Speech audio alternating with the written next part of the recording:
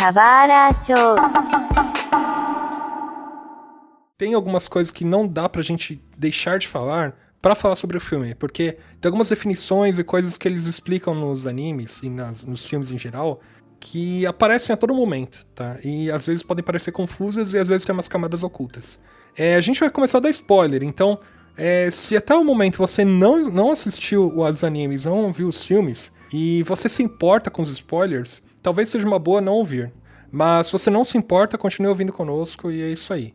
Então vamos lá. Evangelion, ele fala sobre os anjos caindo na Terra e a gente tem as Evas lutando, né? O que são os anjos? Os anjos, pelo que eu entendo, existia uma raça, que é uma raça superior que viveu há 4 bilhões de anos e estava à beira da extinção. E para defender, né, para proteger a existência da raça, eles criaram sementes, né, que são sementes de Adão e sementes de Eva, para proliferar entre os mundos, né? Então, os sementes de Adão, eles repopulavam os planetas com seres anjos, e os sementes de Eva são os que a gente conhece como os Lilith, né? Que teoricamente são os humanos, certo? Vamos tentar entender assim. Teve uma raça primordial, né? Raça primordial que acabou se espalhando, né? Acabando procurando vidas. E eles têm sementes. Um tem a semente da vida. Isso. O outro, semente da evolução. É do conhecimento, né? Do conhecimento, isso. E aí foram espalhados por vários planetas. Só que no planeta Terra chegou primeiro o Adão. Isso. Foi o primeiro anjo. Ele veio numa nave chamada Lua Branca. Só que, por coincidência, acabou vindo o segundo anjo, que é a Lilith. Só que existe uma regra que essa raça primordial botou. Não pode ter dois seres primordiais no mesmo planeta. Não poderia. Então, o que aconteceu? Um deles teria que estar em hibernação. Não poderia estar funcionando. Não poderia estar ativado. A Lilith seria a que seria entrar em hibernação. E como que você vai selar ela? Com a lança.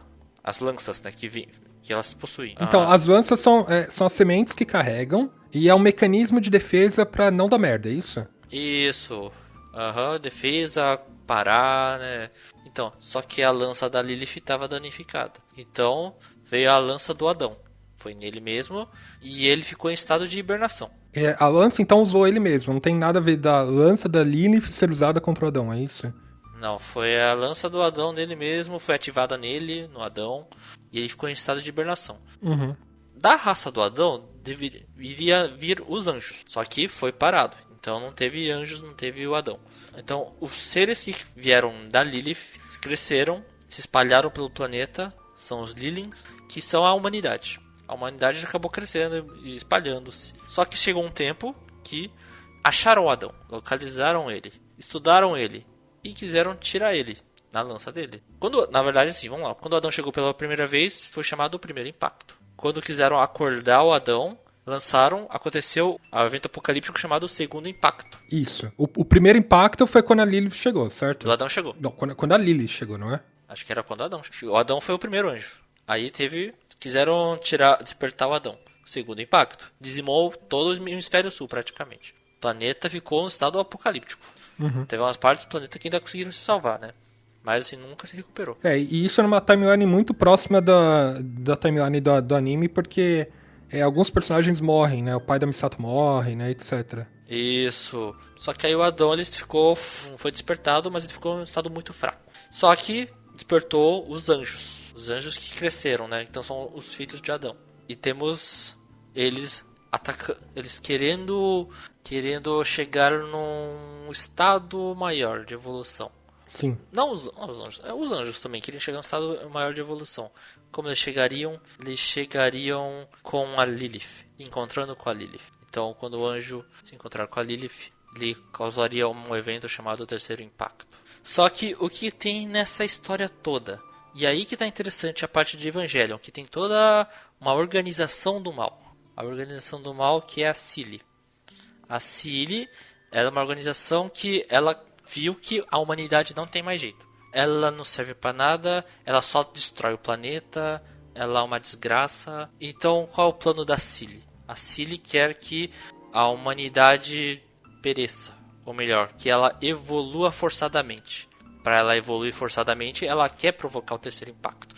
Mas o terceiro impacto de forma mais controlada para eles, né? Que é o quê? Que o Adão se encontre com a Lilith, não com os anjos. Então, qual o plano da Cilly é destruir todos esses anjos, pegar o Adão fraco, encontrar com a Lilith e pronto. Obviamente, para que funcione, primeiro você tem que exterminar todos os anjos. E todos os anjos estão indo em direção de Tóquio para encontrar a Lilith. Então, para isso, a Cilly, ela cria os evangelhos, né? Que são clones sem almas do Adão ou da Lilith. Alguns são de Adão e um é da Lilith, né? Acho que todos são de Adão, exceto o Eva 1, que é cria da Lilith, né? Que é o do Shinji. Isso. E a Cilly, então, ela cria esse braço militar chamado Nerve para exterminar todos os anjos. Uma vez que não tem anjos, pegue o Adão, faz encontrar com a Lilith. A Lilith está guardada no subterrâneo da Nerve. Provoca o terceiro impacto. E esse projeto é chamado projeto de instrumentalidade humana, que vai fazer a evolução forçada dos seres humanos. Eles vão se unificar, né? Todos os seres humanos serão unificados no útero da Lilith e todos os seres humanos serão uma coletividade só. Então, os pontos fracos dos seres humanos serão suprimidos com os pontos fortes de outros. Todo mundo vai ter vai estar todo mundo equilibrado numa coletividade só. Isso. Então, esse é o plano maligno dessa grande empresa. Que a gente descobre depois, né?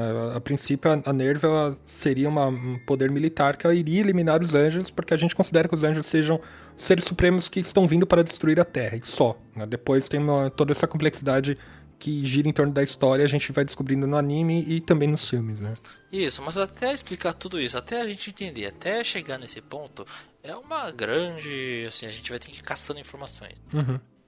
Algumas são mais interessantes de se analisar, né? Mas assim, é todo um grande conglomerado de dados, de informações que a gente vai juntando aqui, né? E aí que fica bem grande, bem legal a história, que depois os próximos filmes, né, os mais atuais, ele tenta criar de um jeito maior. O legal nessa história, né, é que tem o Gendo Ikari, que é o pai do Shinji, ele trabalha pra Cilly. Então qual é o pensamento da Cilly? Esse cara aqui, que é um fanático, vai nos ajudar no nosso projeto de instrumentalidade humana, né? Que é criar um novo ser, a nova evolução do ser humano. Só que o Gendo Ikari, na verdade, ele tinha os planos dele, planos próprios. Sim. Ele quer provocar, de fato, esse plano, só que ele quer fazer isso para encontrar a esposa dele que já morreu. Que, por sinal, ela também estava envolvida com o segundo impacto. Sim, ela acabou sendo envolvida no segundo impacto, ela acabou sendo absorvida também no Eva, também, né? Ela estava lá dentro. Ela fazia parte da Cilly também, né? Fazia parte da Cilly também, exatamente. E ela que gerou uma forma do uso do LCL, né? Desse líquido, né? Que é usado. Do fluido, né? O fluido que é. Com isso, o piloto consegue comunicar com o Eva, né? Uhum. E aí o Gendo Ikari, ele aproveita e ele faz o clone. Os clones, criar a Rei e a Yanami, que são clones baseados na mulher dele. Uhum. Tudo isso dentro do plano dele. O plano dele de provocar de novo o tal do terceiro impacto para poder encontrar a mulher dele, né, que já morreu. Então a gente vê toda essa trama, essa trama construída, cheio de problemas mentais, cheio de questão de existência, toda essa questão de tristeza, e toda uma pressão em cima do Shinji também, né, para que ele faça as coisas, porque o pai dele não chamou o Shinji porque ele quer o amor do Shinji, não, se preocupa não, por causa desse plano maligno dele. É bem isso mesmo. E, cara, só de ouvir tudo isso de novo, minha cabeça dói, cara. Não é porque eu me considero burro pra entender Evangelion, mas é porque é muito complexo, cara. Cara, mas Evangelion é um anime muito complexo mesmo. É por isso que ele tá num ponto icônico, né? Porque ele agrada alguns fãs de mechas, lutadores de mecha, né? Mas ele agrada também esse pessoal que gosta de um anime mais cabeça, mais complexo, tem que pensar, tem que toda a parte de tramas e fazer a análise também, né, de existencial, né. Então assim, ele é difícil mesmo para entender. Ele é complicado, mas ele também não é o único que tá nesse nível. O pessoal idolatra, que é difícil pra caramba, mas que é cultuado. Pega tipo o Ghost in the Shell também. É outro que é difícil pra caramba pra entender, mas ele é muito cultuado e assim. E por aí vai, né? Tem um monte de animes assim. Aquele é outro também que é muito complicado em alguns momentos pra entender, né? Mas ele também é muito cultuado. Então ele tá num ponto, numa leva de animes que a gente vê que aumentou o público-alvo. Exige que uma pessoa mais adulta aprecie esse anime. Sim. Ou melhor, um cara mais crescido, não uma criança. Pra ver se... A não ser que tenha uma criança realmente excepcional que tenha entendido tudo, cara. Quando